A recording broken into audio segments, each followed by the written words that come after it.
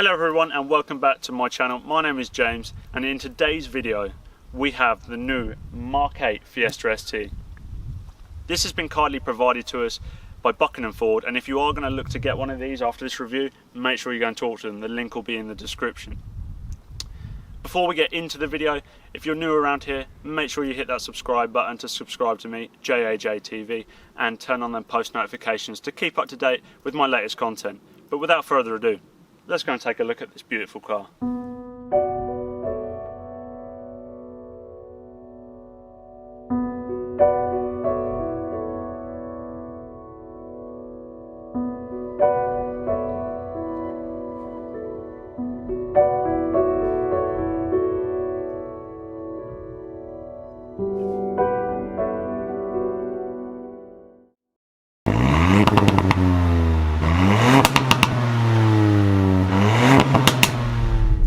Right everyone, so you're joining me in the new Fiesta ST, probably one of the most anticipated cars of this year, especially for most of the Mark 7 drivers of the Fiesta. And thanks to Buckingham Ford, I now have one to review for you guys, to show you what my thoughts are on it, and this is coming from an ST200 owner. So we're about to take it on some main roads, we're going to go on some B roads as well, and we're going to go and give it a bit of a hoon, and we're going to love it, and we're going to see what this car is capable of. So before we get started into the review, just want to have a chat about some of the things which people from the Mark 7 community of Fiesta owners and other people who are looking to get one of the new Mark 8s, some of the dilemmas people are currently having. So the rear back end, a lot of people don't like it. They don't think it looks aggressive enough. Personally, I don't really see an issue. I think it looks sleek. It depends, you know, what sort of look you want your car to have. This obviously is a sleeker, more efficient looking version of the old Fiesta ST with a slightly smaller engine which packs more punch. So this car has 3 modes. It has normal driving mode, it has sport mode, and it has racetrack mode, or race mode, whatever you want to call it. And I think the only real test that we should do, in terms of if we're going to test this car to the max, is put it in race mode. It said it's only for track use only. However, we'll give it a go and see what it's like. It can't be that bad, surely.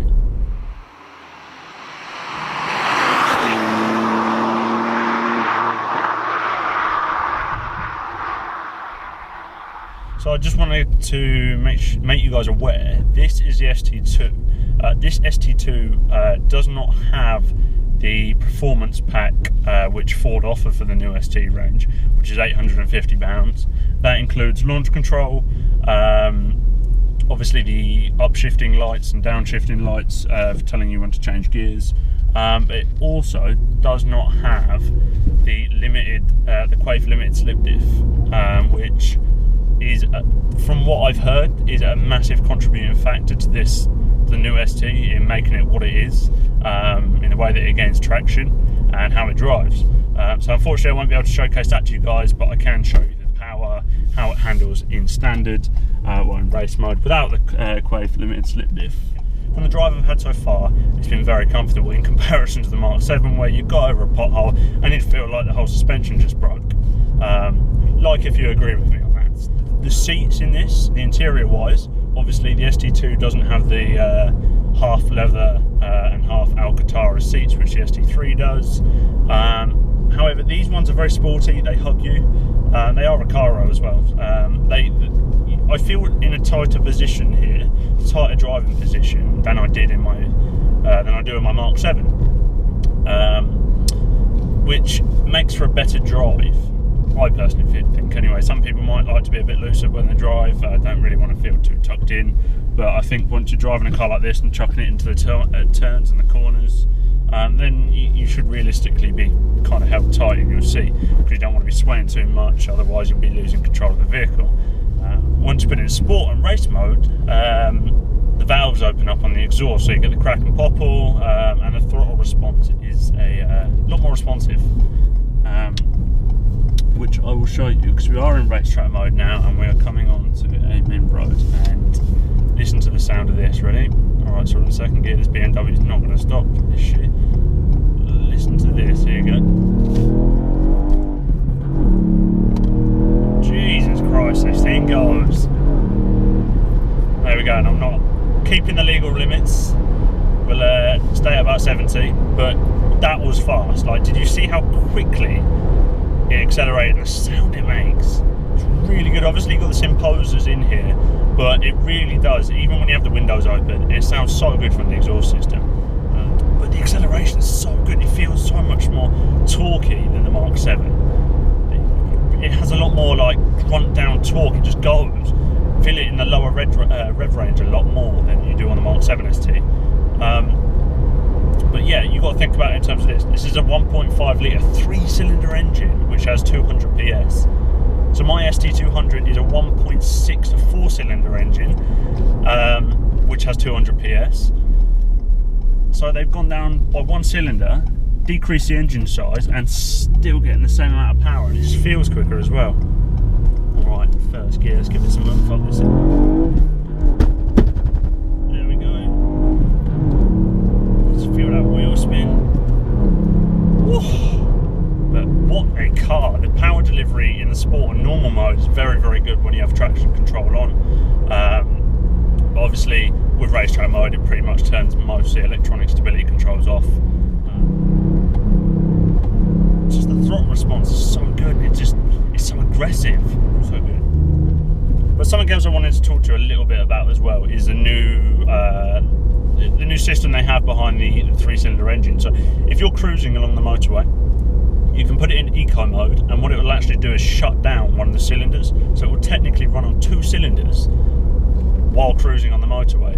So the fuel efficiency on this car goes through the roof in comparison to what the Mark 7 did. I'll be honest, I'll be really honest, I feel this is a lot more fun to drive than my Mark 7, than the ST200. And I love my ST200, it can dip into corners and everything, and you really feel it because of the suspension and everything and how hard the ride is. But this, you get that feeling, but you just don't get the smooshing and smashing of going through potholes and dips and corners feeling like you're going to bottom out, because the suspension's been redefined by the Ford performance team. Right, here we go. See?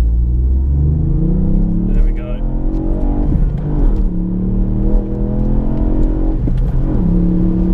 Such a fun car to drive. There's a cyclist, and I will slow down for him.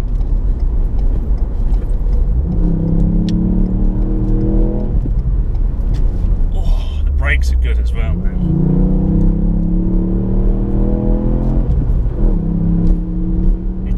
Onto the road. Oh. It just pulls, the torque it has is unreal. It's just tight into the corners, you just feel it. It just feels good to drive. It's fun, really fun. You know, a lot of people thought this car lost its edge, but I can tell you for sure that it certainly has not. The British B-roads is what these cars are made for. And I'm having so much fun. I cannot complain one bit.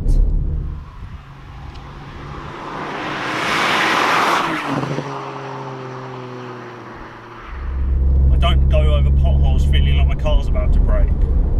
Honestly, if you're a Mark 7 ST owner and you're considering one of these, please do it. Please, please do it. Because I've never driven something that's so nimble and agile and just good. It's so good. Listen to this. Listen to the cracks and popples, yeah?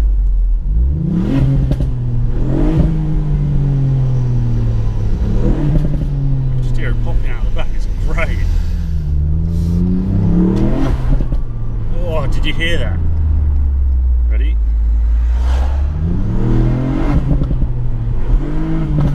Listen to it. It's popping and banging out the back. It's great. Listen to it here. You ready?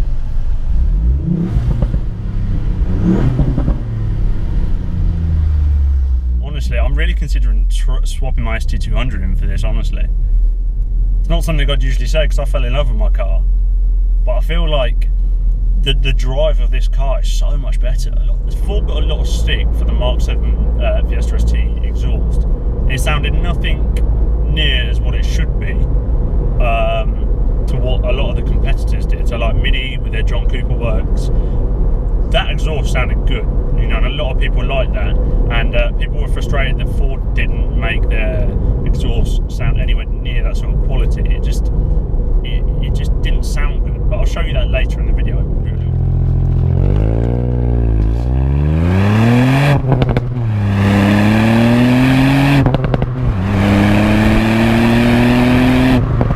Right, so I fully spec'd an ST3 out, and it came to about £25,500. That is with every single added extra. That is with performance pack, B&O system. You've got the full LED headlights and headlamps. You've got a panoramic roof.